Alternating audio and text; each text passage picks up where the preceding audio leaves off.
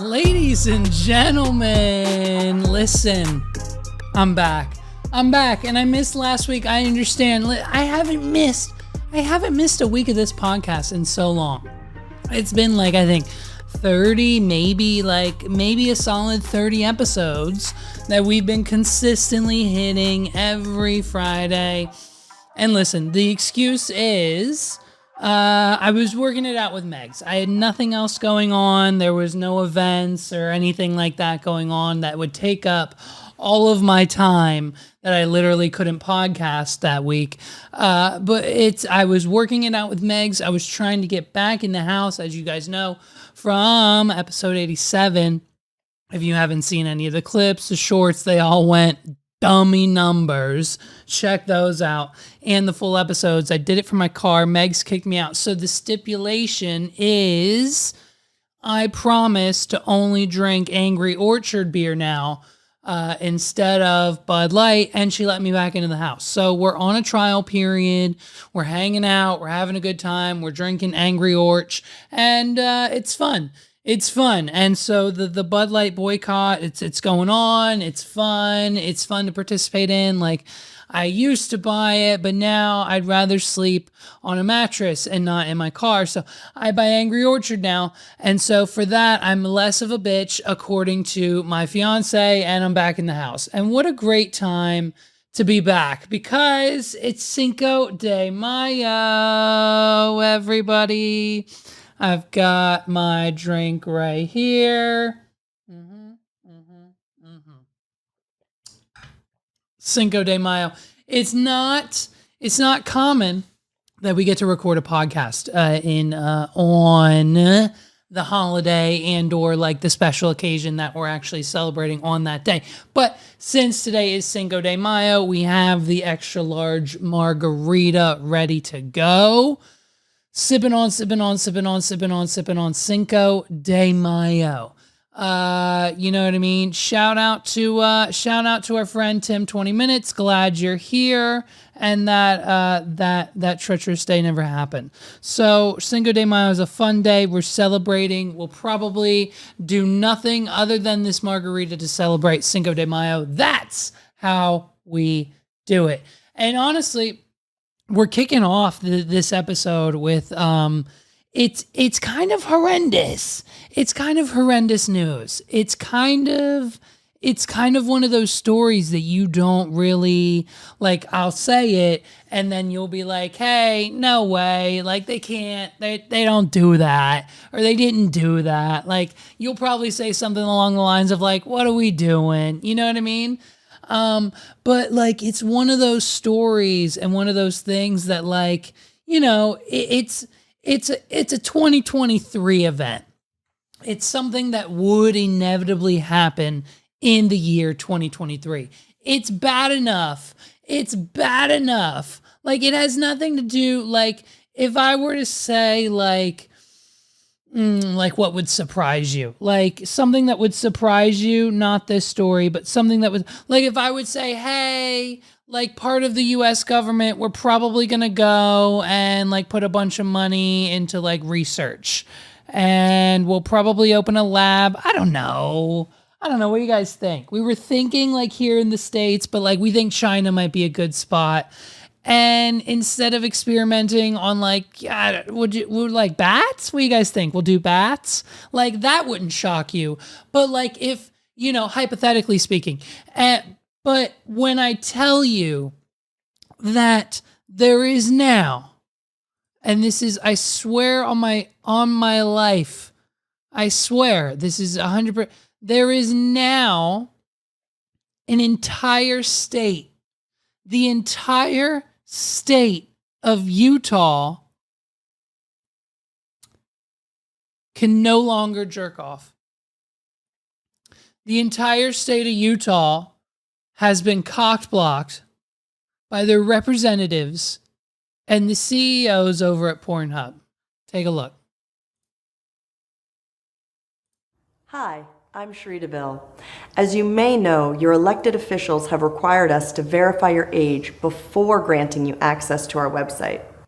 While safety and compliance are at the forefront of our mission, giving your ID card every time you want to visit an adult platform is not the most effective solution for protecting our users, and in fact, will put children and your privacy at risk. In addition, mandating age verification without proper enforcement gives platforms the opportunity to choose whether or not to comply. As we've seen in other states, this just drives traffic to sites with far fewer safety measures in place. Very few sites are able to compare to the robust trust and safety measures we currently have in place. In order to protect children and user privacy, any legislation must be enforced against all platforms offering adult content. The safety of our users is one of our biggest concerns. That's right. However, the best and most effective solution for protecting children and adults alike is to identify users by their device and allow access to age-restricted materials and websites based on that identification. Until a real solution is offered, we've made the difficult decision to completely disable access to our website in your region. Please contact your representatives and demand device-based verification solutions that make the internet safer while also respecting your privacy. Do you understand now why voting is important? Do you understand why you need to vote in this country? Not just 2024 for Kanye West and the Tiger King, but I'm talking about your local, like the ones that go on all the time. There's signs up for something now. There's signs out down the street for something that I need to vote for here coming up soon. I think it's like school board elections or something that doesn't necessarily matter. But when it comes to the other stuff, you need to make your voice heard, and not voting for the people who support things like Pornhub.com.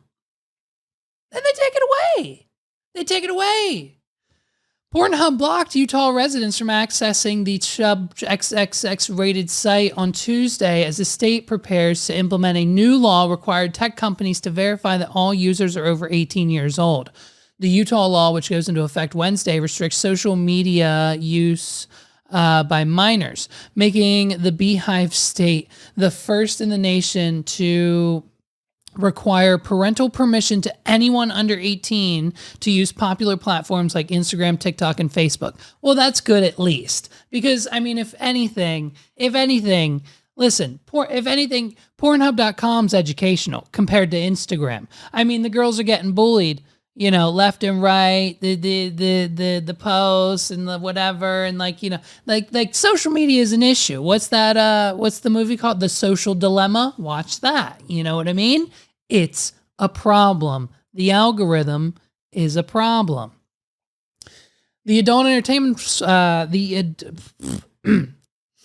the adult entertainment site got swept up in Utah's stiffer regulations, which now allow access with government-issued ID instead of identifying users by their device. So essentially, in order to access Pornhub in Utah, you would need to upload a photo of your state-issued ID every time you want to access the site. And I mean, what are we talking about? 5 times a day? How annoying is that? To have to get out your ID card out of your pocket. You would just end up having your ID card like on your desk or like attached to your phone or whatever.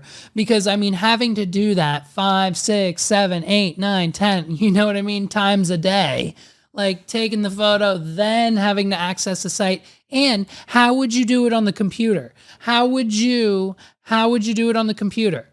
Would you have to hold the ID card? Thank goodness I have a webcam hooked up to the computer. I could just hold mine up.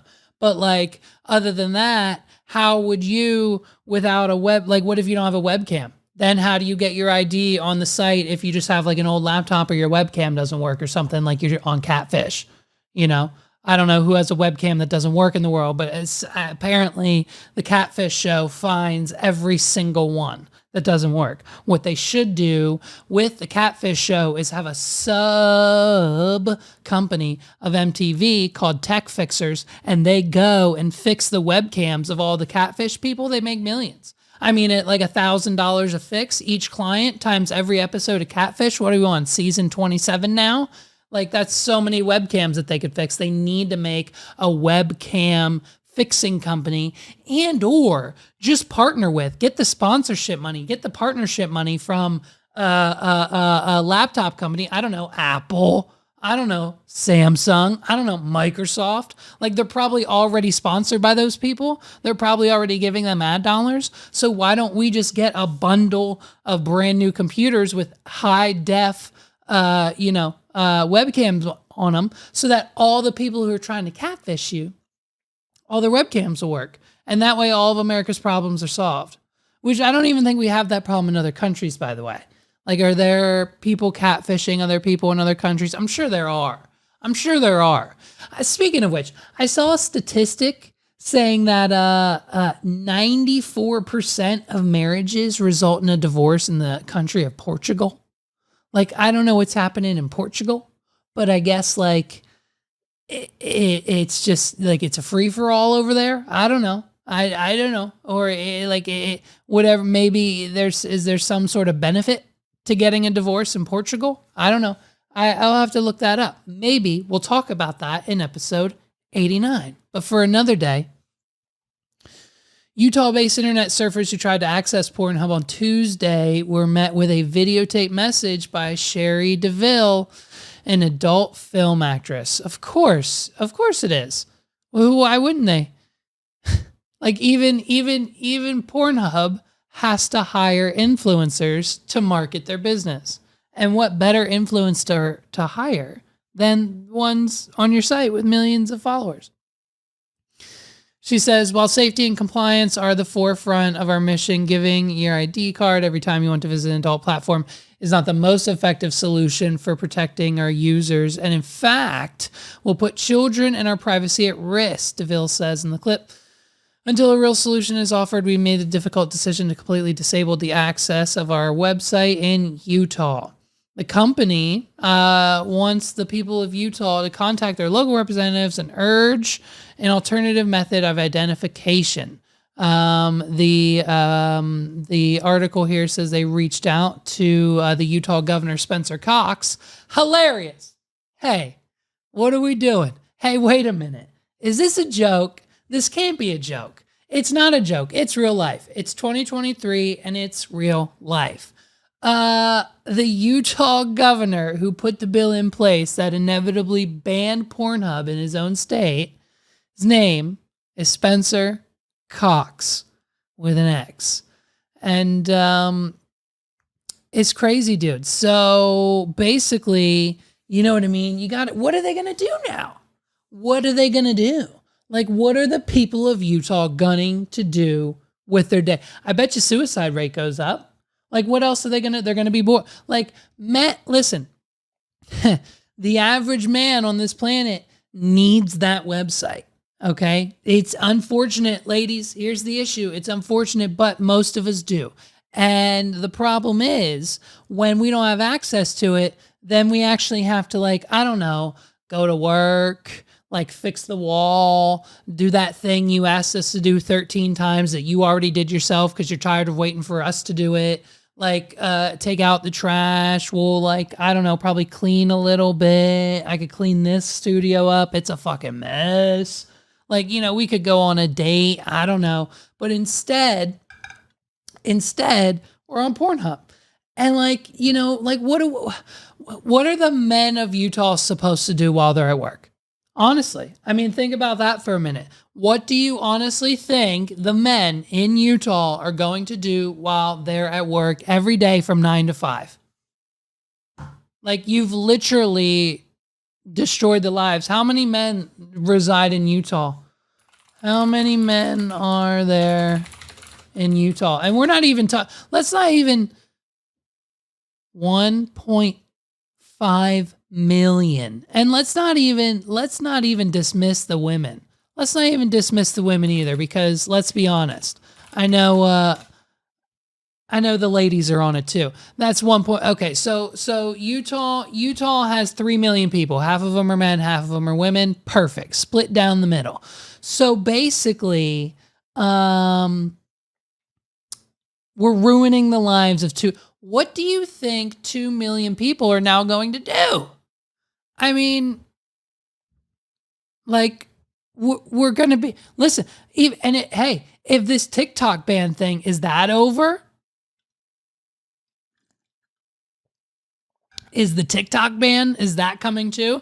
Because listen, if it's not Pornhub, we're laying in bed next to each other scrolling on TikTok for at least 4 to 6 hours a day. So like, I don't know really what the residents of Utah are going to do. I'm curious to see if like their economy gets stimulated. I'm curious to see, well, if anything's getting stimulated in Utah, it's probably the economy. I would hope, but you know what I mean. So I'm curious to see how this plays out. And boy, oh boy, if listen, man, if who's our guy now? Who's our guy? Is it Fetterman? Is Fetterman Pennsylvania, or did Dr. Oz get it? It's Fetterman or Dr. Oz. I don't know who won. I don't vote. But listen, if they ban it in this state, we're going to have a really big issue. And like you thought like the COVID riots, you thought like all that was bad. Go ahead. Get rid. Listen, I pray for content of this podcast. I hope to God that they get rid of Pornhub and TikTok in this country. If somehow they find a way to pass legislation for the entire country to be banned on TikTok and Pornhub, what left do we have to do? We'll have to go to YouTube. And speaking of YouTube, I mean, youtube.com/what are we doing podcast. I need like less than 80 people to hit that sweet red little button. Please subscribe, like this episode, hit the button, hit the bell, leave a comment, do all the things that you know the algorithm likes. Listen, you're on ChatGPT all day anyways. Go there, say, write me the greatest comment in the world to leave on Levi, the host of the What Are We Doing podcast, most recent episode, where he talked about Pornhub being banned in the entire state of Utah and AI and a few other things, and just tell him he's awesome and the best podcast host ever. Hit enter, copy and paste whatever it spits out, and leave that as a comment. You know what I mean? Be creative. Be a little creative in 2023. Okay? This whole, it's not the AI, we can't use it, it's not creative. Be a little creative, use the AI. I promise, once you use it, you're going to become addicted. Okay? Any of the naysayers, I can't wait. So, I mean, it's crazy, man. I mean, this is just one of those things that we're going to have to see unfold. Anything else? The new measures also force minors who want to create a social meeting account to get permission from a parent. State legislators in Louisiana passed a similar law that went into effect earlier this year. Pornhub complied with Louisiana state, which Utah legislators cite as a reason they think the company will eventually adhere to their laws as well. So, okay, so this is currently happening in Louisiana, but I'm assuming the Louisiana law doesn't require you to put it, like, show a photo of your ID, submit your ID every time you go to the hub, right? And so that's probably why they agreed to that one and not this one. And so Utah just thinks, well, eventually they'll just comply because 3 million people, can't access any other adult entertainment website on the internet because there's only one, and that's this one. And so, but yeah, man, I don't know. I think, listen, don't do it. I swear, don't do it. What am I supposed to do after I drink this entire glass of margarita at 1:38 p.m. on a Friday evening. Okay, you go immediately to the hub. Okay, listen. Don't put your comment. Just hit the like button and fucking let's celebrate. It's Cinco de Mayo. I mean, what's going on? This happened before, right? So here's the thing. This is the way all the TV shows work, right? You need a room full of writers, which is usually 5, maybe 10 people, maybe one person, maybe 2, maybe 3. It depends on the situation. And you need those writers to write the scripts for the actor. Listen, a lot of times, now here's what we're discovering. We're discovering that a lot of your favorite actors, TV show hosts, and the people you see in the movies and the sitcoms and all that stuff, they're also a part of this group, the Writers Guild, and they are they're also pissed off, but they're you know what I mean, but they're not the majority, because I mean, yeah, like, Adam Ruins Everything is part of the guild, and a few other celebrities who have been down there and just showing their support. And, Jimmy Fallon on the red carpet, he needs his writers, like the show can't go on. So what's happening now is the writers are on strike. All of your favorite shows have halted. Saturday Night Live, no more Pete Davidson episode. He was supposed to get his own episode. That's officially put on hold because you need writers to write the bits for Saturday Night Live. If you think Pete Davidson and Kenan Thompson are back there just coming up with bits that they're approving to go on network television, you're out of your mind. So there's a whole room of writers that are now outside of the building, not wanting to write anymore. So that's on hold. All of the Jimmies, they're on hold for now. Just like they were on the old writer's strike, except for Conan. I think in the first writer's strike, Conan, he came out and smashed it. So he continued without writers, I think whatever network he was on at the time. And he, I guess, survived that and did really well, according to the research. And so, Jimmy Fallon, Jimmy Kimmel, Stephen Colbert, all those guys, off the air. No more shows from them until further notice, because the writers are on strike. And so we've got some things good, some things bad about it. You know what I mean? Here's the issue. They're not being paid a fair wage. And apparently with streaming now, the wages are completely different. So with typical television like NBC, ABC, Fox, all these shows that they are writing for, all the sitcoms that you watch. Listen, the last writer's strike ruined Heroes, ruined Lost, ruined Prison Break, ruined like a handful of other shows that you'll be like, yeah, that's weird. I remember that. Like, it was kind of funny. It abruptly, like, the 4th season of this show only had like 13 episodes instead of the typical 23 or whatever it was, because the writer's strike halted any further production of the show. And so basically the way it works is on your NBCs and on the network shows, you get royalties. So if you write an episode of The Big Bang Theory. If you write an episode of The Big Bang Theory and that episode gets played from now until 3023 for the next 100 years, if that episode is played on syndication on any channel for any reason for the next 30 years, you will get some form of a check. Most of the time it's 25 cents, $1, $2, whatever, but you will continue to get paid for what you did as a writer, as credit on that show. Right? Until that royalty year, that cap runs out, whatever it is, you will continue to get paid. For streaming, if you write an episode of, say, Stranger Things, you get a set fee. You get $20 and that's it, dude. Now, obviously it's not $20, but whatever that fee is,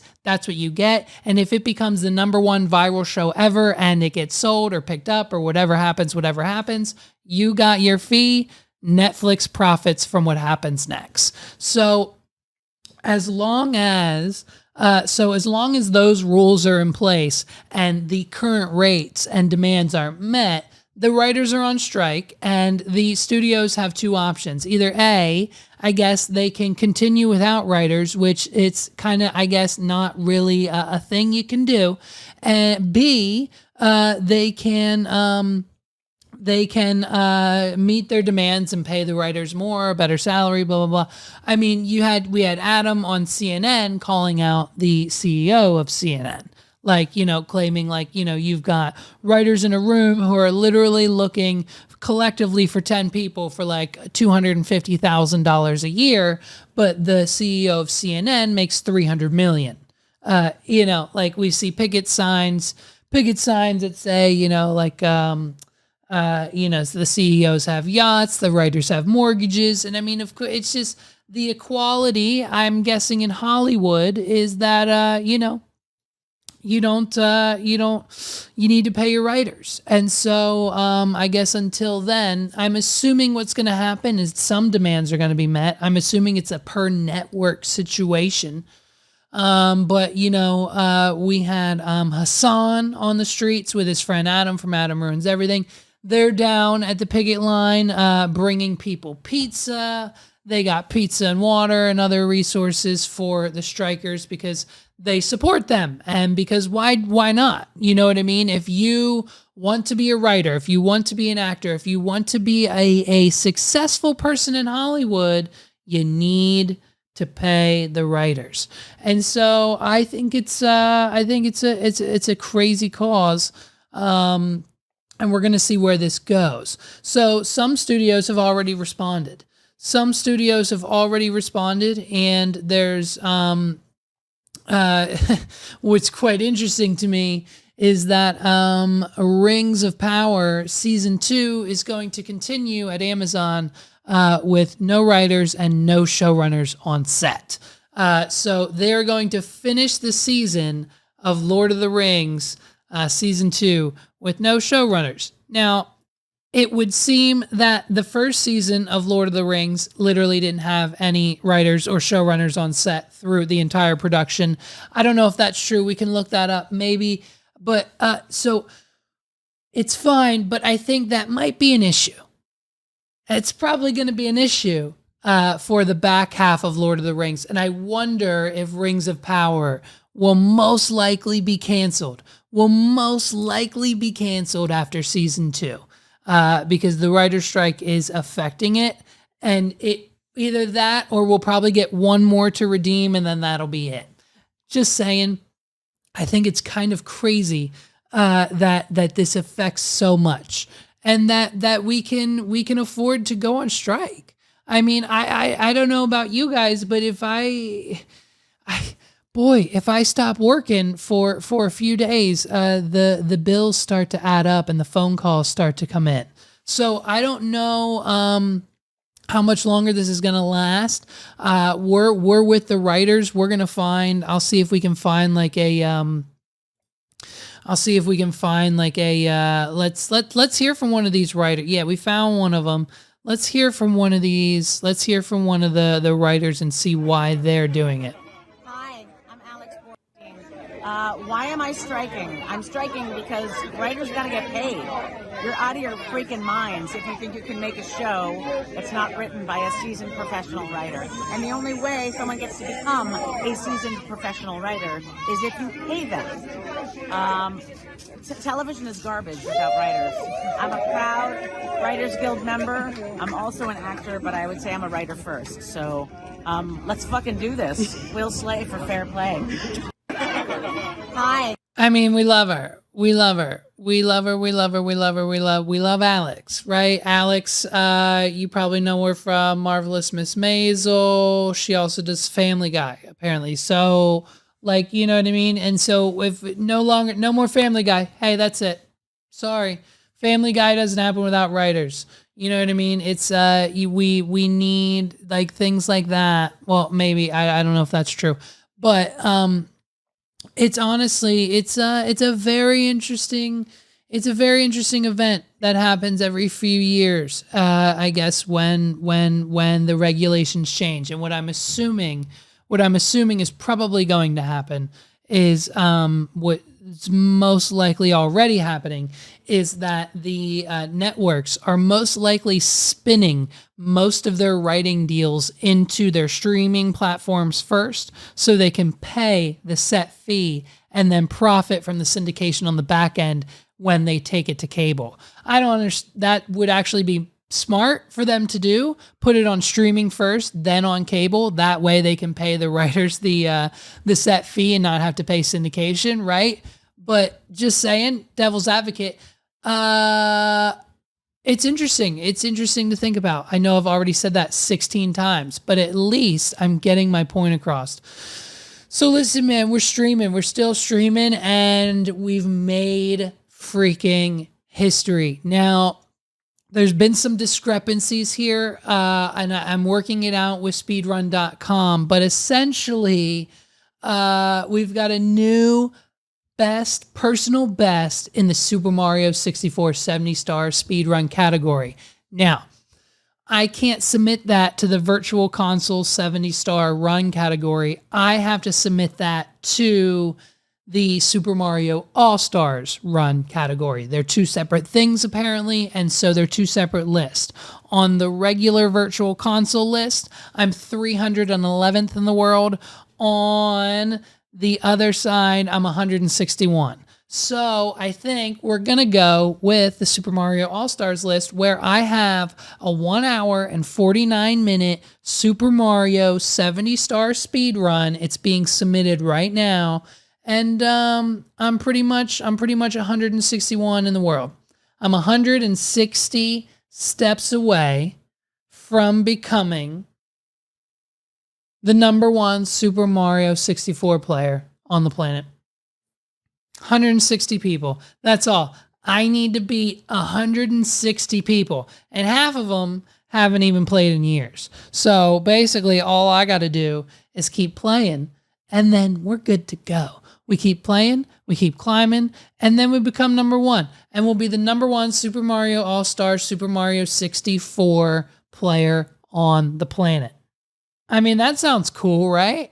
So we're live on Twitch Monday through Thursday. Check it out if you haven't already. Twitch.com/WODPOD. This week we're playing Super Mario Odyssey. So if you're into the new Super Mario Odyssey, check that out. We're going to be doing just the casual, regular run of the normal moons that you get. Not like the 999,000 that you can get in the actual game, but just the normal, regular moon count to move on to the next levels. And honestly, I think it's going to be a blast. So if you want to join us next week playing Odyssey, who knows if we'll play that the week after. We might go back to 64. I'm not sure. But we'll see, dude. We're having fun over there. The chat pops off, the everything else. It's crazy to think about. And we're having a blast. We're like a few followers away from affiliate, I think now. We just need a few more. We need a few more followers at twitch.com/WODPOD, WAWDPOD. And we'll become an affiliate, and then we can start doing like fun things, and they'll think we're real streamers. And like, so we're making moves over there. So check out the Twitch stream if you're available Monday through Thursday. I know it's an awkward time. It's usually 4 to like 5:30. Sometimes we start earlier, sometimes not, but we're definitely 4 to 5:30.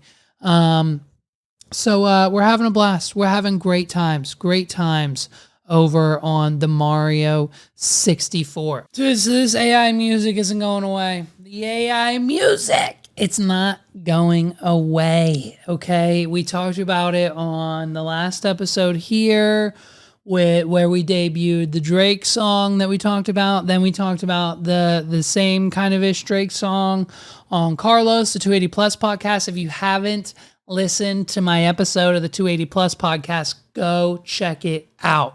You have to listen to me and Carlos on the 280 Plus podcast. It's episode, oh man, I think it's like 10. It's just whatever over there. I lost track of his numbers. That man has astronomical numbers.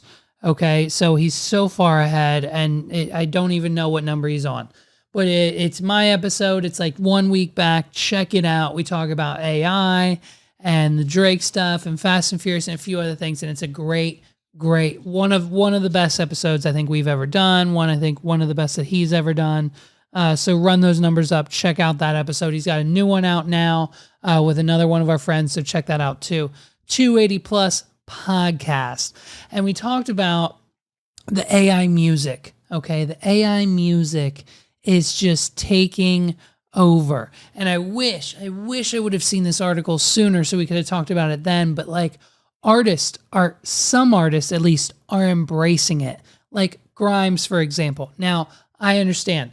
I don't know one Grimes song. The only thing I know about Grimes is that she makes music and that she was at one point married maybe to Elon Musk and I think has his Ziani name of a child, I think. Other than that, I don't know much about Grimes, but I know she's a musical artist and she's embracing AI, dude. Basically, she says go for it. Make as many AI songs of Grimes as you want. Now, unfortunately, no one wants to make AI songs of Grimes, and they only want to make AI songs of like Drake, but she's giving us permission. So Grimes says, go ahead, upload the tracks, make the music, make the money, upload them to Spotify, get the royalties. Guess what? If it's my voice AI, I get 50%. So any money you make off your AI Grimes songs, just know she gets 50%. And that's the rules.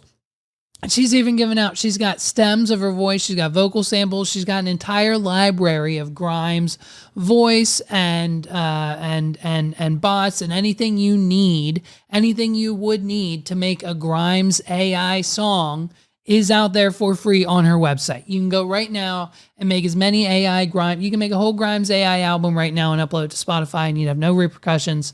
And you can split the profits with Grimes.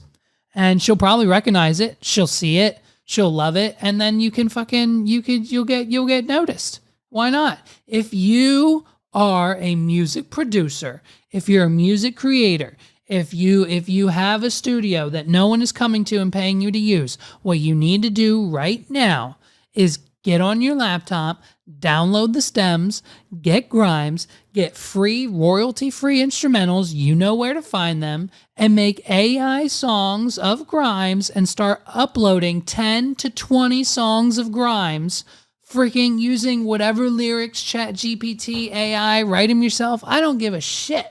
Make 20 to 30 songs a week of Grimes AI using AI and upload it to Spotify and just... yeah, what? Okay, fine. You're only making $5 a month? Great. I guess what? Keep doing it and it'll turn into 50. Keep doing it, it'll turn into 100. Keep doing it, it'll turn into 1,000. You know what I mean? Like, what are we talking? Like, do it. Just do it. It's out there. Why not, dude? Like, we're pretty sure we found this. We're almost positive is AI. We're almost positive this is AI, but we've got a new track from SHAQ, dude. Listen to this. This is SHAQ. Ha, sicker than your average, great with the drink, 21 Savage. Please do call me Diesel, doing what I want, y'all doing what you need to. Say you wanna go to war, don't tease me, don't wanna see me, turn off TV. We beat TTG off GP on the PG, me and AD and PG. Pull up, I get the bucks, Greek freak, squad glowed up, Chief Keef. Came in the game with a cheat wolf, get into the green like sheep teeth. That's gotta be AI. There's no way SHAQ. There's no way SHAQ is spitting. There's no way SHAQ is spitting in that tone. There's no way. It's got to be AI. And you know what? It slaps. It's called Thotties Hit the Floor because they sample Bodies Hit the Floor. It's beautiful. So we did it. And I'm so excited for this. I'm so excited to share with you guys what we created. We created, and what could be even more annoying than an AI bot of my voice. Okay, so we went to the website that you can do this at, and you can find it online. Just do some Googling. And so we read all the prompts. We downloaded all the podcast. We took all the MP3 WAV files off of the Rodecaster. We uploaded them to their servers. We paid for the premium version so we could get the best of the best. And we uploaded all of the podcasts that we did over the last year. And we read some prompts, and we gave it everything it needed to make a 100% perfect AI bot of my voice. What could be more annoying? And so what then we did is we took that and we told ChatGPT to write us a rap song in the style of Drake. And we edited it. We switched up a few things. We made it about me. Like we added things about my magic career. We added things about the podcast, like everything. We made it about me. So we took what ChatGPT gave us, edited it to make it about me, told ChatGPT to make it better again, edited it one more time ourselves just to make sure it was perfect, found a royalty-free instrumental, put it all into another AI bot, and then it put auto-tune and all the mastering and everything it needs on my voice. And about 20 minutes later, we got what is now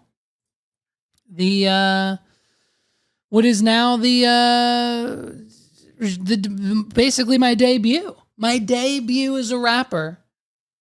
We use for the AI bot. So we put my whole voice in it, and this is it, man. We had a blast doing this, by the way. So here it is. We'll play a little bit of it, and then I'll talk a little more about it. Here. I mean, you might, if you're not sitting down, you might want to sit down. And if you are sitting down, you might want to make sure you have a towel nearby because you might shit your pants. You might shit your pants after you hear how good this is. And all I'm saying is, Drake, watch out. Hey, Drake who? After this, ready? Listen, here, watch this. Here we go, ready? Here we go. This is it.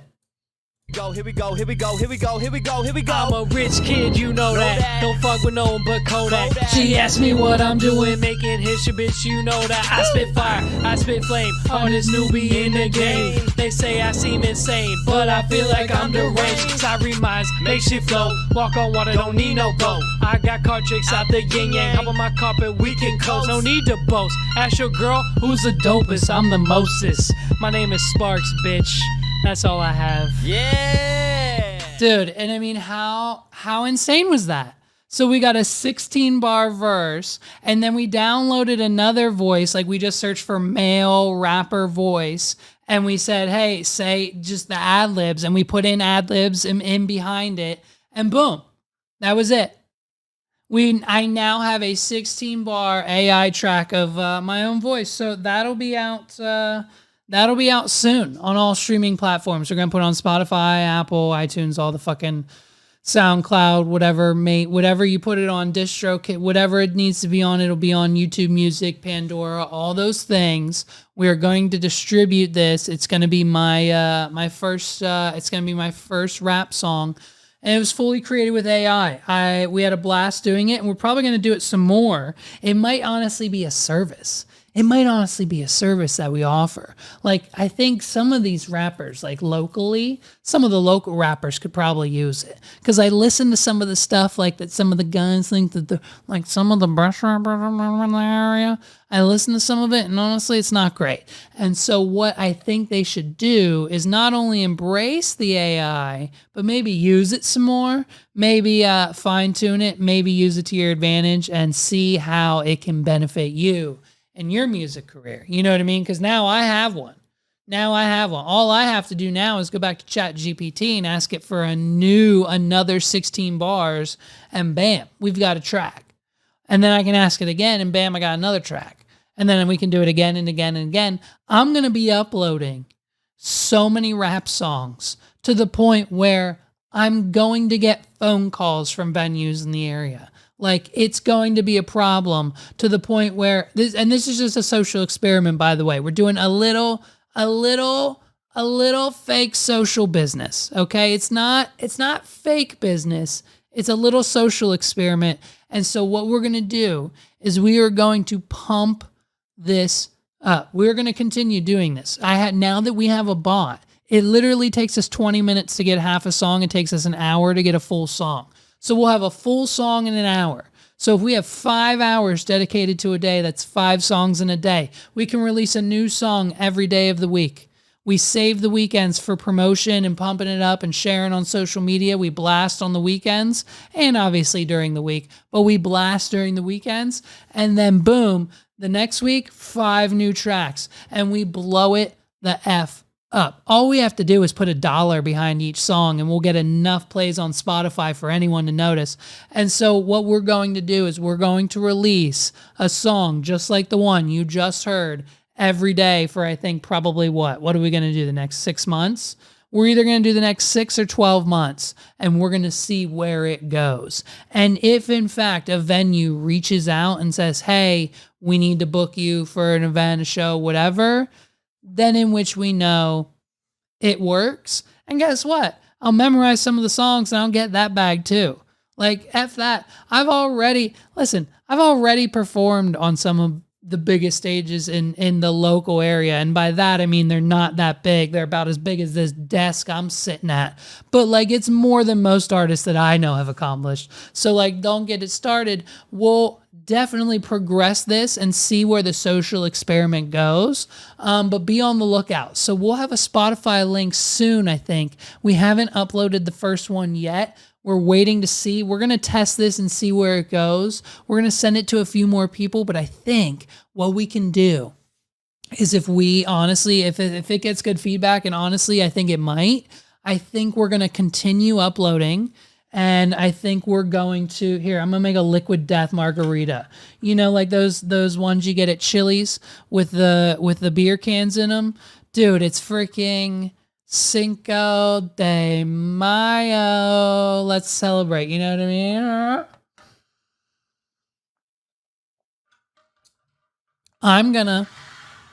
I'm literally, I can't wait. I'm taking over the rap game. I am now going to be the second best rapper on the planet. The first one, well, I don't know the first. The first one's Lil Wayne, obviously, but I'll be the second. And it's going to be great. I mean, hey, Jack Harlow who? We're going to use AI to pretty much produce the entire thing, and we're going to see where this goes. And hopefully, I mean, the ultimate goal. So the first goal is to get a local venue to reach out. The second goal is to get a local record label to reach out, if there are any. I mean, I think there's one, but I think it also is a bail bondsman's office. I don't fucking know, dude. It's weird. It doesn't make any goddamn sense. It's probably not. It's not real. It's not fucking real. Whatever. Or maybe it's like an actual major label to reach out. That's like end goal version number 3. And then, it's cool, man. So I'm excited. We have a whole marketing plan. We're going to get blog posts written. We have our friends. I'm literally hosting 3 events individually at a place that I can't talk about yet, that literally is dedicated to music. That literally I'll be hosting on a stage that not only Taylor Swift has been on, but I'll have the microphones that she uses on her tour currently around my ear. Okay. So like, it's a big deal. We're pushing that. Like, it's going to be a thing. And so that was just a little preview of what's to come. I hope you guys enjoyed that. And honestly, if it's not your cup of tea, I understand. But as far as like a 16 bar goes, I mean, that was fire. That was a little fire. And like, I mean, hey, better than that new, what's his name? Jack Harlow. Better than that new Jack Harlow track, right? Like, what was better? The new Jack Harlow track with his tank top on? Who's better? Me rapping in a tank top or Jack Harlow rapping in a tank top? Be honest. Comments down below. Be honest. 100% be honest. Who's better? Me or Jack Harlow in a tank top rapping? Who's better? And if it's me, then we're going to continue and do the whole rap AI thing. You know what I mean? So I can't wait. Listen, this next segment that you're going to see, man, we filmed this, me and my boy Paul, and it was a blast, okay? And apparently this is what they call the Kardashian curse. Any sports figure, whether it be basketball, baseball, we mainly, I think, talked about the basketball ones, but any major sports league figure that has ever dated a Kardashian or a Jenner has A, notably regretted it, B, has kind of tanked their career during and after the relationship ended, and C, has come out in interviews since and say, yeah, it was like the worst time of my life dating her. and or married to her. So Paul and I talk about the Kardashian curse, and this is 1000% to promote his all new revival of his podcast, High Cheese. If you're into baseball, if you're into sports, and you know anything about the term high cheese, you need to check out the High Cheese podcast. There will be a description down below. There will be a description down below, and also a link to the High Cheese podcast in the description down below. So click on that, check it out. If you're a baseball fan, I'm trying to get them on the 280 Plus podcast too. So it's Paul and his buddy, his host, his co-host. They talk about nothing but baseball and high cheese. And all of anything sports. So I think they just dropped another episode today. I think they're on episode 3. They had this podcast a few years back, but you know, things happen. And so they're back on their weekly grind. They're on episode 3 now, and it's blowing up. They're doing numbers. Paul calls me every time. I'm like, bro, we got more. Bro, we got more. Bro, there's more. Bro, there's more. Numbers up, ranking higher, numbers, downloads higher, killing it. High Cheese Podcast. Check it out. And this is us talking about the Kardashian curse.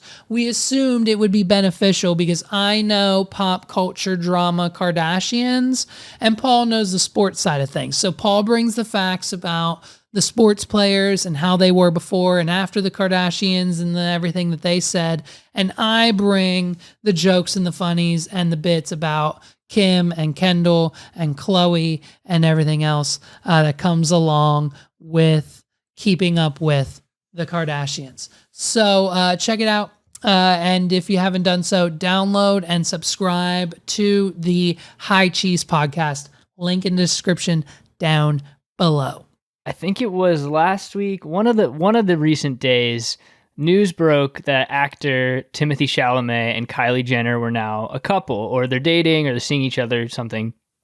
And I sent that to you because I send you all the news I see. Right. My goal is to try to, and my wife's goal is also to try to break news to you so that we can give you content. Right. And also, it's like you always know stuff, so it's nice when I get to do it. So I sent that to you, and my wife and I refer to Timothy Chalamet as Little Timmy. I don't know when that happened. It just one day it happened, and that's what he called. And I said to her, I hope that this doesn't ruin him.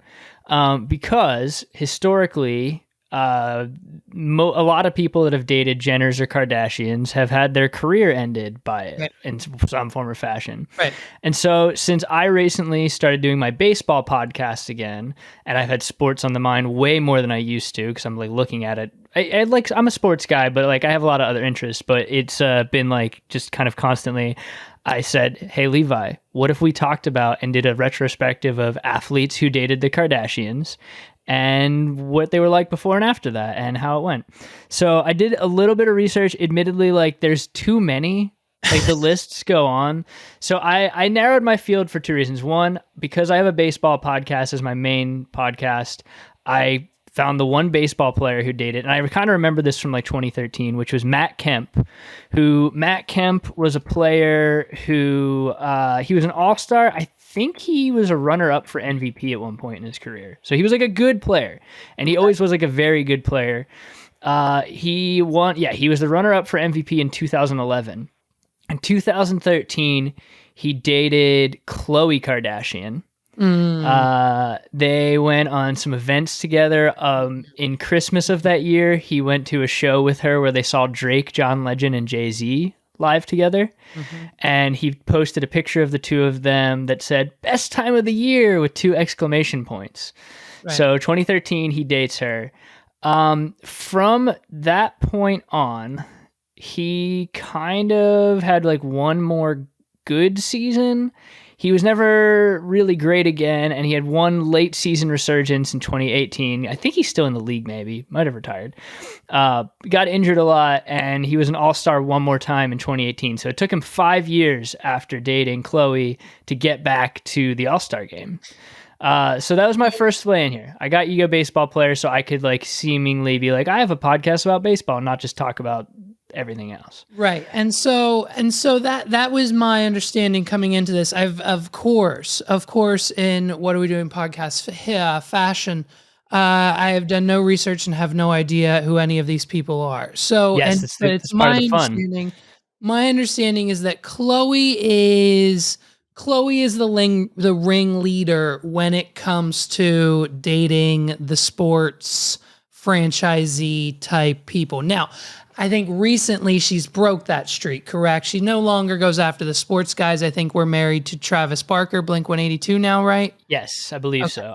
So here's my thing. I know all the athlete side, and I know who each one of these people are, but I know nothing about the Kardashians and Jenners other than this is my way into what, like, because I know a lot of people care and keep up with them. This is what I know about them, is what athletes they're dating and how usually, Chloe also has, I think what we got to do is we got to keep like a leaderboard here of which one dated who. Right. And then also like which athletes perform. There's a couple in my research. There's a couple athletes who are better afterwards, actually. Okay. So I got some data here. It's not all ruins for the. It's not all ruin, but we're gonna keep track of ruin versus not. And then the other thing I specifically dialed in, since there was like long list of this on, because I am also a big basketball fan, and today the Sixers are playing their third game against the Brooklyn Nets in playoffs, which I got my Sixers gear on. I was like, let's do an NBA list. Let's just do a list because I think that there's actually a lot of NBA players. Chloe has a very controversial history with NBA players. There's several players who have been quoted as saying that dating her ruined their career. So she's got the track record with athletes. I think you're right there to say that, because she came up on the list a few times. So we'll keep track. So how do you want me to just run through and give you the little history snippet? Because I've put like 3 articles about this together, so my data is like as comprehensive as I was willing to prepare for something like this. How do you want to go about this? I say go for it. Let's start at the beginning. I mean, I have a timeline here from everyone from Lamar Odom to Tristan Thompson as far as Chloe's dating pool. Yeah, So, Lamar Odom. So he was towards the end of his career when that happened. He may have already been close to retiring when they got together. Let me just double check this, because Lamar Odom was like a very good player for the Clippers. He also was a champion with the Los Angeles Lakers. So he was kind of an LA guy. He was out there. I think he played like 1/2 season or maybe a full season in Dallas as well towards the end of his career. But I believe they started dating, I want to say in like 2009. Does this sound right? 2009? I think so. One second here. Yes. Lamar Odom, 2009. Yes, they engaged only a few weeks after meeting. Of course, in typical Kardashian Jenner fashion, it's like, you know what I mean? Love at first sight. You've got money, I've got money. Yeah, let's get married and only take half. You know, like makes complete sense. It makes all the sense in the world. No, so that happened. That was, that was 2009. So at that, he's a 30-year-old, and back then, and also even now, like, it's not very common that players as they age in basketball like stay or maintain their. And he was always like a very good player, not like a Hall of Fame player. Right. But for him, the big thing is last 2 years of his career, he went from being like a double-digit point scorer and a very reliable to 2012 into 2013. Those 2011 through 2013. Again, he had some injuries, I think. He did play games still, so he just kind of became like ineffective. Right. He also almost died of a drug overdose and was found in a legal brothel after they broke up. So he had a rough go. Well, and so that's what his substance abuse is what led to their relationship ending. Yep. So, but here's the thing. Was it because of Chloe that he started the substance abuse to begin with? Yeah, I don't think we can. I want to be clear too with this bit. This is tie this in here. I'm not blaming anyone. I'm not saying that these people. It's all Kim Kardashian's fault. Yeah, I'm not saying the Kardashians are causing this. I'm not saying they're not causing it either, though. It's like that spider. She has the spider, has the babies, and then bam, the dad's dead. Yeah, right. Yeah, I guess it's just like that. That's it. Yeah. Where's Kanye at? I don't know. Yeah. Hey, for all we know, he's You know what I mean? Yeah, how'd Kanye's NBA career pan out? But yeah, so all right, that's our first one. Our first one there is Odom. Okay. I feel like that's like the most notable of like storylines because he pretty famously like crashed and burned around the time their relationship was also dissolving. And I think just kind of like understanding how things happen, especially through like the 70s, 80s, 90s of basketball and in early 2000s, which is kind of Lamar Odom was end of the 90s to early 2000s. I think there was a lot of substance abuse and there still is in sports just across the board. So I'm not saying it's Chloe's fault. It just, that was like a very public explosion. Right. So that's our first one. I would say his career got worse, but it's hard to tell with him because he also was towards the tail end of a career anyhow. So it's like, what's going on, you know? Okay. Okay. So the next one I found is a player who I completely forgot existed, which I think speaks to this situation, who is a guy named Rashad McCants. Now, Rashad McCants was like a promising young player. I don't think he was ever... He was a first-round pick. I think he was like, I want to say 2006, 2005, he was a first-round pick. And in 2009, he got together with Chloe. Wait a minute. The same year? Yeah, nope, right there.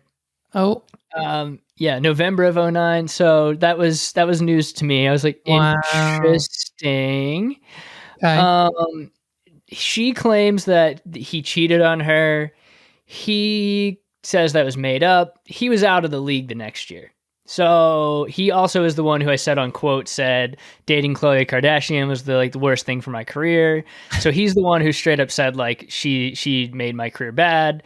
To be fair, not everybody makes it in the NBA. He was kind of as I said, like young guard, solid player, but he did burn out real fast. So what do you think? What do you think that is? Do you think that's the constant need of attention from these women? Do you think it's the publicity that surrounds them? Dude, I think the publicity because it's already hard to be an athlete in LA because a lot of these guys are like California. I think McCants played for the Kings. Yeah. But it's hard. No, he played for the Minnesota Timberwolves. Not even. He played for the Kings for half a season. That's why I had that in my head. But like, yeah, you're being the spotlight all the time. And a lot of athletes, like they're cold blooded. They can do that. But there's even like in baseball, for example, the New York Yankees are the most popular sports franchise in the world. That's been true for decades now. Okay. There are guys who are like superstars. When they go to New York, they choke. They do not play as well. And then if they get traded somewhere else, they're back to themselves. And it's like being on the big stage is hard. If you're already on one big stage and then like, depending on where you fell into the Kardashians' life as someone dating them, like before the show or after, like it would be so stressful to always be on camera and also go to your job that is being on camera to perform a high level. And then you go home, you go hang out with your girlfriend and you're on camera. So like, I feel like there's gotta be an element of just like, this melts your brain to be this engaged all the time, you know, like, geez. So yeah, so we got Lamar Odom. So we covered McCants. He was the one who said Chloe ruined his life. Lamar Odom, that blew up fantastically. Let's move into Kim because she's the next one on the list here. Ah, shoot. Kim. This is one I kind of knew about just like ambiently because this guy was like, I feel like never a great player either. Chris Humphries is yeah, well that was like what? That was Chris, 2010, I want to say. Yeah, that was about so this okay. You know this one. Here you go. You got some knowledge here. So it lasted for a grand total of 72 days. And the only reason they got married is because the TV network threw like a fucking bag at her. And their marriage lasted from, oh my gosh. They started dating in 10, they got engaged in 11, and then they were married 3 months later and they split. But they didn't finalize their divorce until 2013. So that's weird. Right. And it's just, this was like one of the first like celebrity marriages I remember hearing about, aside from like Britney and Federline, and I think that was kind of it. Like these are like the two. Yeah. What other celebrity like divorces or splits like were that early 2000s, mid 2000s? Yeah, I feel like there's one I'm not thinking of, but that's pretty much the list that I can think of too from the time. But yeah, so I'll actually see. Chris with a K, by the way. Chris Humphreys with a K. Runs in the he family. Actually, I'm not diving into deep analytics of this, like efficiency rating, but as far as points per game scored, which is just a very easy, like, hey, was he scoring points? 2010, 2011, and 2011, 2012, which basically those 2 seasons spanned his relationship with her. Yeah. High points per game for him. 10 in 2010-11 and 13.8 per game in 2011-12. The year after they break up, he averages 5.8 points per game, then just kind of stays around that for the rest of his career. So Chris Humphreys, you got worse after dating Kim.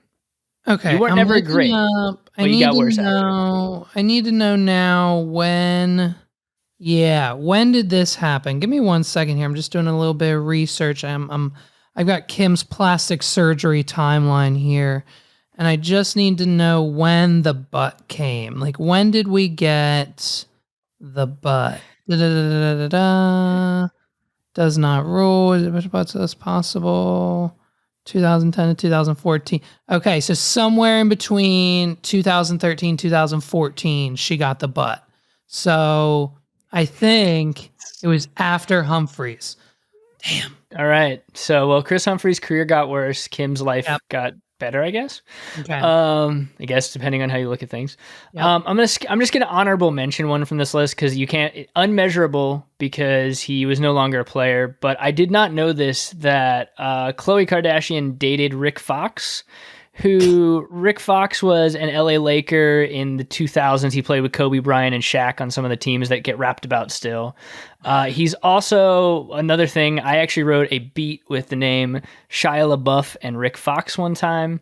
Nice. Because Rick Fox was in the movie Holes. He is the athlete whose shoes get our main character sent to go dig holes in the book Holes in the movie Holes. Oh, wow. So in the movie, Rick Fox plays that character, and it's very funny. Talk about a reference, dude. Wow. Dude, and I have a song called Shia LaBeouf and Rick Fox, spelled with 4 X's for fun. But yes, Rick Fox dated Khloe, but he was well into retirement at that point, so I'm not counting this on this list. That was in 2015. Can like she not though? Like, I mean, I know she's done now, I guess, so it's kind of hard to say, but like it seems like at some point a long time ago, around 10 years ago, someone should have stopped Khloe. Like, whose turn was it? Who failed to watch Khloe when it came to like these little, like, just athletes ruining? Yeah, they kind of just let her loose on like the whole professional sports network, and she kind of just, you know what it's like? It was like that scene from Rush Hour 2 when he takes him to the massage parlor, and they're like, "Yeah, you can pick any girl," and she's like, "Oh, I want that one, that one." That one, and that one. And like now Khloe just has her own roster of like NBA and NBA fucking players. Like for like a 5 to 6 years. I think I need to build a roster out of this later. We'll see. Maybe I'll make this team NBA 2K. Let's see. Maybe I'll build this team and see how they perform. We'll see. Yes. Well, I'm going to up the cred of the whole team with this next one. Also, one of my favorite players of all time, and now currently a Philadelphia 76er, our point guard, James Harden, the beard. James Harden is the outlier to this list across the board. First, he is the most high-profile player we've mentioned so far. James Harden, if he retired today, he will be in the NBA Hall of Fame. He is already on a list of the 75 best players of all time. He got honored with that a few years ago. So James Harden is the best player by far that dated any of these people. Got it. He also, so they dated in 2015, 2016, they broke up. Okay. He has been quoted as saying that was the worst year of his life. He did not like that year. He did not like being with her, or just all the hype that went with it. He said worst year of his life. He's also like kind of like a low key guy. He doesn't like really love giving interviews too much. So like I can't even imagine what it would be like to be a guy who like is so focused on basketball and have to be like he doesn't. So I think James is the outlier here. He's not like I think what happened with James, and it was James and Khloe, right? So I think what happened with that is like Khloe was like courtside one day, single at the time. No, they met at Kanye's birthday party. Perfect. Khloe was at Kanye's birthday party one day. She went up to James. She said, "Hey, are you single?" And he said, "No, yeah, I guess." And then she said, "Great, you're my boyfriend now." And he said, "Okay." And then that was it. Like, that's the type of guy that James Harden looks like. And I just feel like he kind of just was like forced into that relationship. Like, he didn't really know what was going on. He's just here to play basketball. He's having a good time. James Harden literally showed up every day from elementary school all the way through college just to play basketball. This man is he's meant great for at nothing it. So. else on this planet. I'm looking at one photo. Right, exactly. He is meant for one thing: basketball. He has nothing to do, no business being anywhere near a Kardashian. And that's what I'm thinking. They were at Kanye's party. She went up to him and was like, "Hey, you're my boyfriend." And he's like, "Okay." And then all of a sudden, and then a year went by. Yeah. TMZ's off at the races, and a year went by, and no one corrected it. Like, he was just like playing basketball a year later, and everyone's like, "Oh, how are you and Chloe?" And he's like, "What?" And then, like, you know what I mean? Then we have to announce the break. I need to find a better timeline of this to try to refute it. But the other thing with him too is funny is he broke up with her, it says, in February of 2016. Yeah. And he then went on to have the best 3-year stretch of his NBA career, winning an MVP in 2018 as well. Right.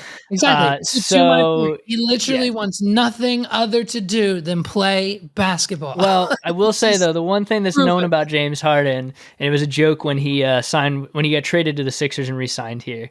So he played for the Houston Rockets during the time that he was dating her, and he was 13 in the Rockets. Yeah, and he was killing it there. And he's very well known for loving strip clubs, like loves strip clubs. Yeah, every time that his teams play in Miami, it's almost guaranteed that James Harden has a bad game if it's like they flew in the night before. And there were a lot of jokes on the Sixers subreddit and Sixers Twitter when he came here that, like, if we want to re-sign Harden, we really got to make sure he finds the best clubs in town. So, because and he also, there's a really funny gif of him from his birthday party last year where he was on a yacht and people got him, like, I imagine a very expensive multi-lever cake for his birthday, and he gets it and just tosses it into the ocean. And it's very funny. Love it. James Harden's great. I love his vibe, and he's the outlier on this list for many reasons. But he dated Chloe, didn't have a good time, and he got way better. So, that's great. Next one, we got our first Jenner sighting. Okay, perfect. Jordan Clarkson, Chris and Bruce. What? Kendall and Jordan Clarkson. So Jordan Clarkson was kind of always like supposed to be a pretty good player. He's always been like a really good role player on teams. He is currently a member of the Utah Jazz. I believe he dated Kendall in 2016. So let me look at the stats here. He's been about the same type of player before and after Kendall. I have a hypothesis, and I'm gonna at the end here share my hypothesis. But after Kendall, he kind of became the same player. They dated for a very brief time in 2016. And then it looks like March of 2016 through the 4th of July when they fizzled out. So they had a little fling, just a quick one. I didn't even really know that existed until researching this for this. And then when I found that out, I was like, well, Jordan Clarkson didn't know this happened. So yeah, and I think that's just an interesting fact of the matter is as well. Like, because I'm looking at it now, and Kendall. I mean, I think Kendall was going for Chloe's record here, because Kendall's got her NBA roster on a solid list too. So I mean, if you put all these guys together in 2K, I'm sure you'd have a solid team. Between Kendall and Chloe, I'm surprised they don't own an NBA team. Like, they have enough money. Why don't they own? Listen, why don't the Kardashians own their own team? They've dated enough professional sports players. I think they all need to come together, talk to Caitlyn, talk to Chris, talk to mom, talk to whoever, and get everyone on board. And they should buy a team. And then when, you know what I mean? And listen, if these bitches aren't acting right and like they're messing up in the relationship and on the court, you're off the team. You know what I mean? At the end of this, we're going to look at the roster. We're going to look at the roster, and I'm going to tell you who I think would win in a 7-game series if every player was at their best. That's going to be our end. That's going to be the end point of this. Perfect. I just decided that's how we're ending today. Okay. Also, I have a 4 o'clock, so let's make sure we keep track of that. That's good. But okay. All right. So we got Kendall. We put Kendall together with Jordan Clarkson. Next one, we got another Chloe. This one was pretty public, and I know he was also on the show, I believe, too. Tristan Thompson. Yeah. So they have a kid Tristan. together, I think, if I recall. Now, Tristan Thompson's a friend of LeBron James, which kept him on NBA rosters for a long time because LeBron has basically every city he's gone to built the team of guys he wanted around him because he's the best player probably ever. Controversial opinion. You could say Michael Jordan. I'm going LeBron James for that just a bit. I'm saying it on the WOD pod. LeBron James is the best player ever. Done. Listen, it's generational. It's like it's you know what I mean. Like it's and also too they're the best for different reasons. Like yes, of course, we're always gonna have Michael Jordan, Kobe Bryant, and all the people in that list, right? It's the same thing as like Jay-Z versus Lil Wayne. Like they're great and they're the best for their own individual reasons. Yes, I agree with that. Although I am Team LeBron all the way, but Team LeBron. LeBron often just builds teams of guys he likes, and Tristan Thompson was like always a really good rebounder, solid defensive center. So it's hard to also measure his career. So they dated and were together from 2017 through, I want to say 2020. Does that sound right? No. Maybe even 2021? It's like more recent that they like. That seems late. I'm not sure. I know that he cheated on her with Jordan Woods because that was like a big storyline at the time. Boy. Well, of course. But his career is hard to measure because firstly, around the same time as them like starting to break up, LeBron left. So he was playing with like one of the best players ever. And he also, it's theorized by scouts and people around the NBA that he has been shooting with the wrong hand his whole career because he's awful at shooting. Right. So he's just like he's not kind of like a different, he's a rebounder, good rebounder. Yeah. And a good like center, but the NBA also changed a lot even in the time since he started playing in like 2011. So the centers are very different now. He's kind of like a past his prime guy even before he was older. So I think he's probably net negative post their relationship. Seems like there was a lot of drama that went on in that one because I knew that they were together because it was like a storyline. So like if I know about it, you know that it's a something in the celebrity world. So I think that they have 2 children together. And so they're, I believe, right? They have 2, did I see baby number 2? Broke up a few weeks ago. And they broke up June 2021. June 2021 is when they broke up. But because of the children and everything, sorry, the timeline's just so long. Like they were together like on Easter for like their one daughter's birthday or something. Got it, okay. Yeah. So they've been together for a minute. Yeah. So all right. Well, okay. Data there. Tristan Thompson. So the pair welcome to second child. Close throws. Okay. All right. So who's my next one on the list? I lost my train of thought. I had another one. Dang it. Oh, okay. We got another Team Jenner. Blake Griffin. This one. So they got together in 2017, it looks like. Dated and broke up. Yeah. So 2018. Blake Griffin, by the time they were together, he was at one point in time like an all-star power forward for the Los Angeles Clippers. Okay. They got together in 2017. That is around the time he also started to fall off and get injuries in his career. So again, hard to measure, but 2018 is his last like good year. And after that, injuries and just like generally not being on the ball. He's 33 though now. So again, it's kind of one of those things where like it's end of his career when this happened. Maybe could be that dating her and having the attention got to him a little bit. Injuries also came into play. However, when we get to the next person on the list for Kendall, it seems that injuries derail people after they date Kendall because I'm going to take this, and this is the one I hate the most on this list because of my own personal team following. My good friend and former Philadelphia 76er top draft pick and now laughingstock of the league, Ben Simmons. So Ben Simmons started dating Kendall in 2018, I believe. It was after they were on vacation with Chloe and Tristan.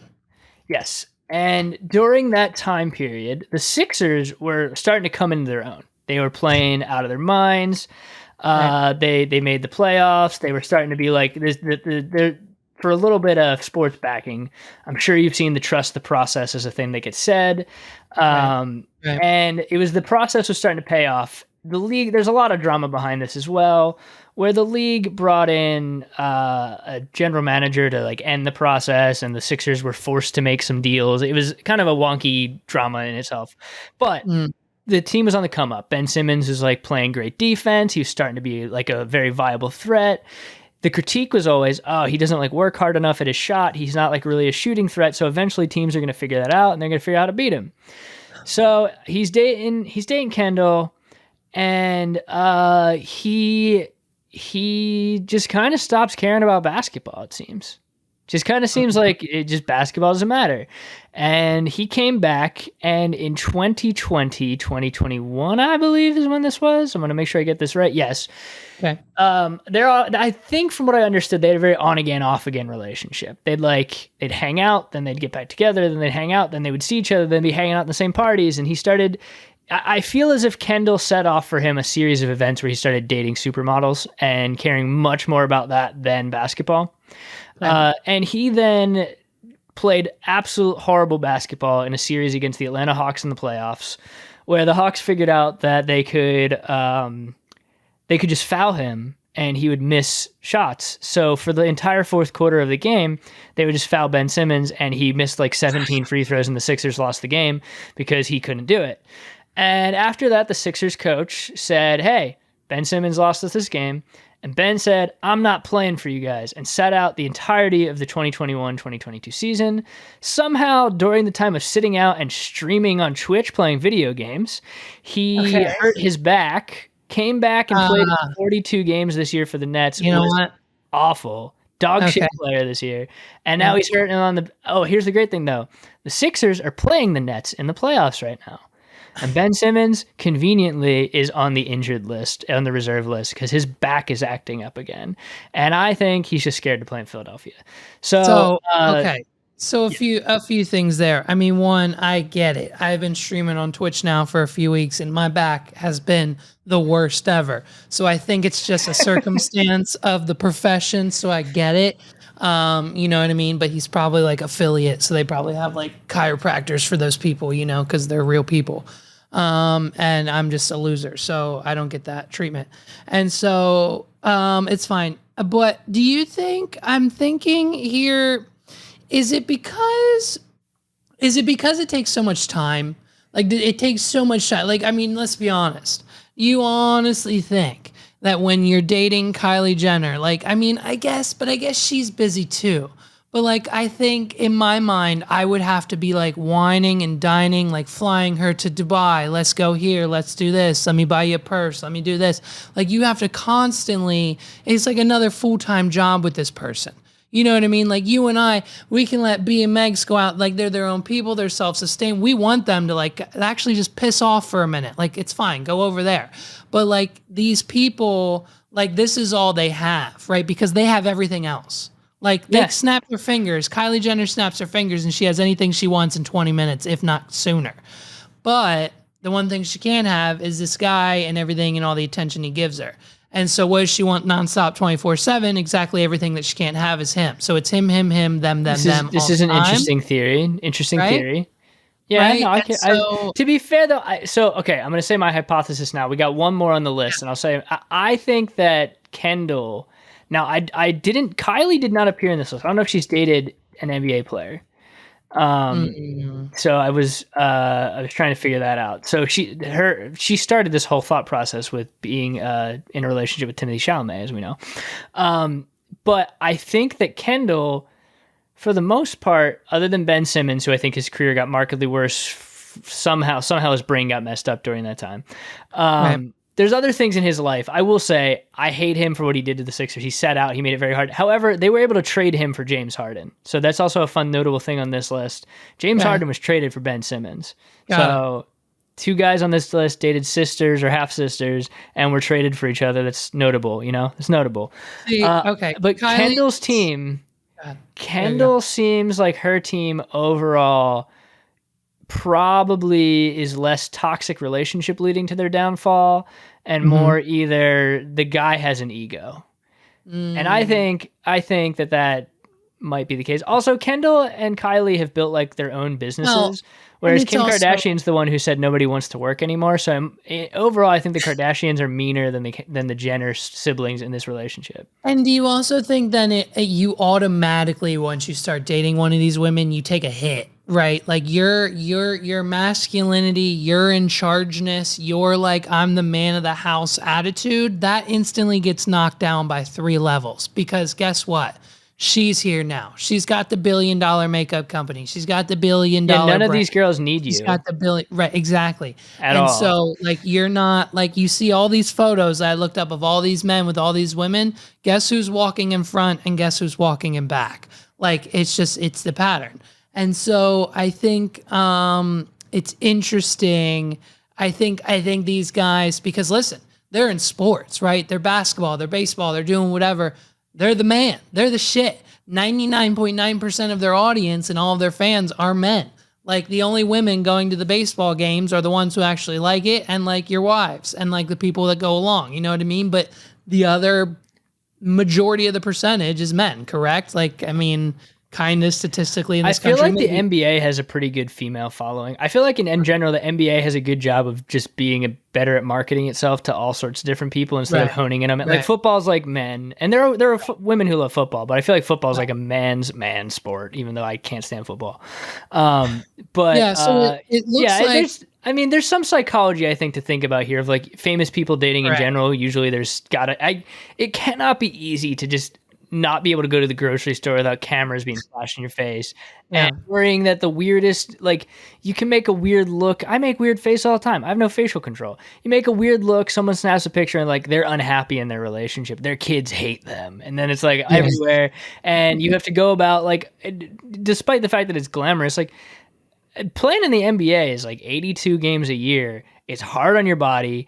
You have your own media narratives. There's all sorts of crazy stuff. And then you're also in the like whirlwind that is, for some of these guys, like being part of a reality TV show is like also got to be one of the most insane things to do to your brain. You got to show up. We talk about like the ones we watch like Love Island or Love is Blind.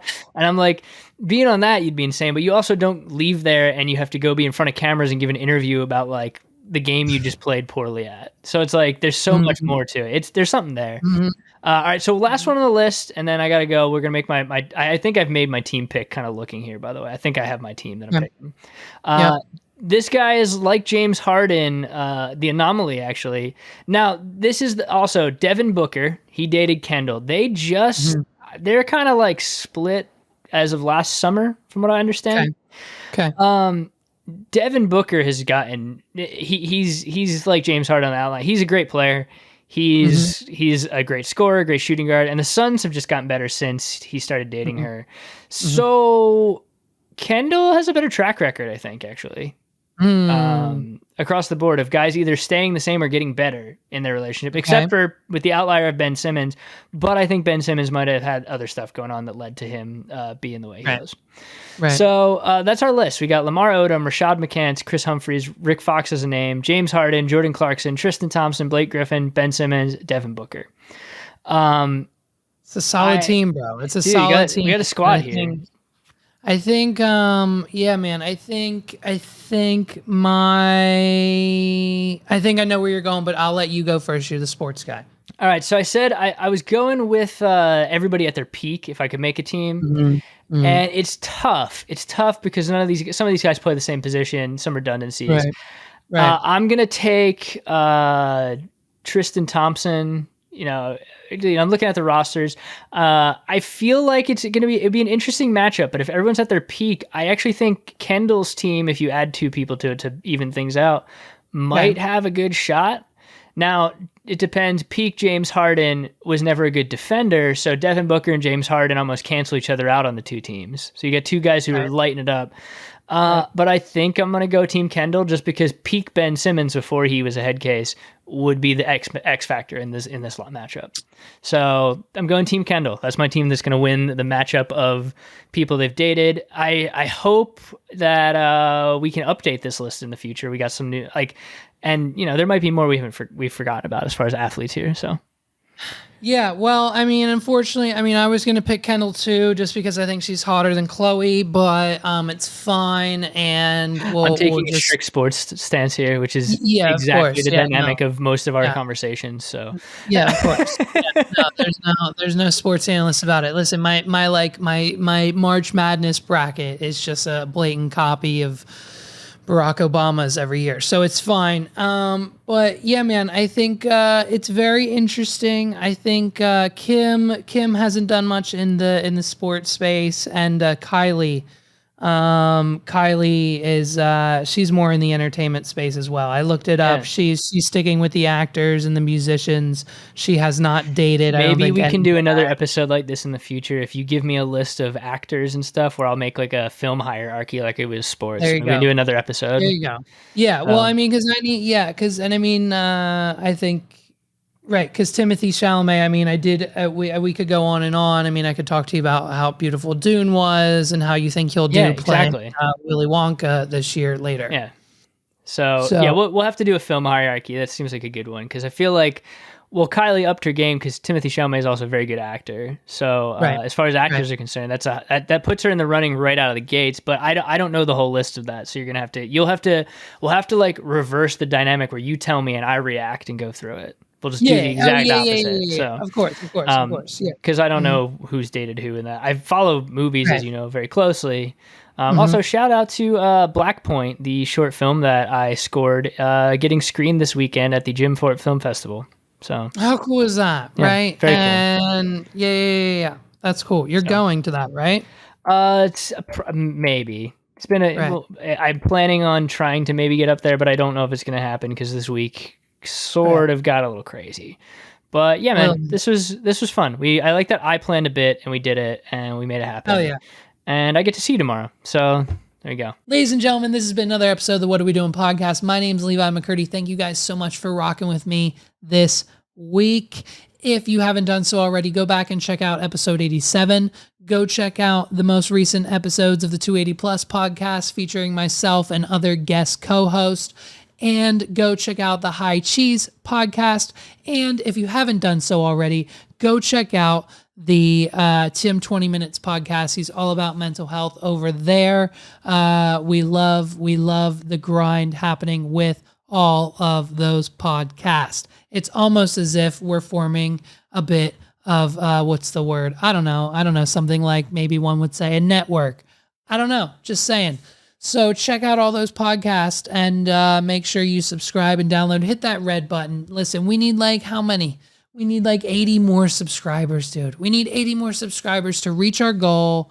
We've got a few more days left to before my birthday. But if we reach our goal this month, I need 1,000. We're going to get 1,000 subscribers and we're going to friggin' celebrate with episode 100 at 1,000. It's going to be a freaking banger. So please, if you haven't done so already, hit that button down below. Hit the big red subscribe button. Hit it, hit the bell, hit the like, hit the thumbs up, leave a comment, do something, share it. It's free. Support your friends, support the show, support my friends. If you need anything and everything at all, everything is down in the comments below. wadpod.com/links gets you everything you need to support this podcast. wadpod.com/links, LINKS. Check it out. Thank you guys so much for watching. This has been another freaking episode. I can't believe it. It's Cinco de Mayo. We're going to go celebrate. It's date night. We've got a wedding tomorrow. We've got another date day, fun day, Sunday planned for Sunday. We'll see you guys next week. I can't wait for episode 89, dude. Episode 89 is going to be French kiss. You guys aren't going to want to miss it. Check it out. Thank you so much for rocking with me. My name's Levi McCurdy. This is the What Are We Doing podcast. Peace.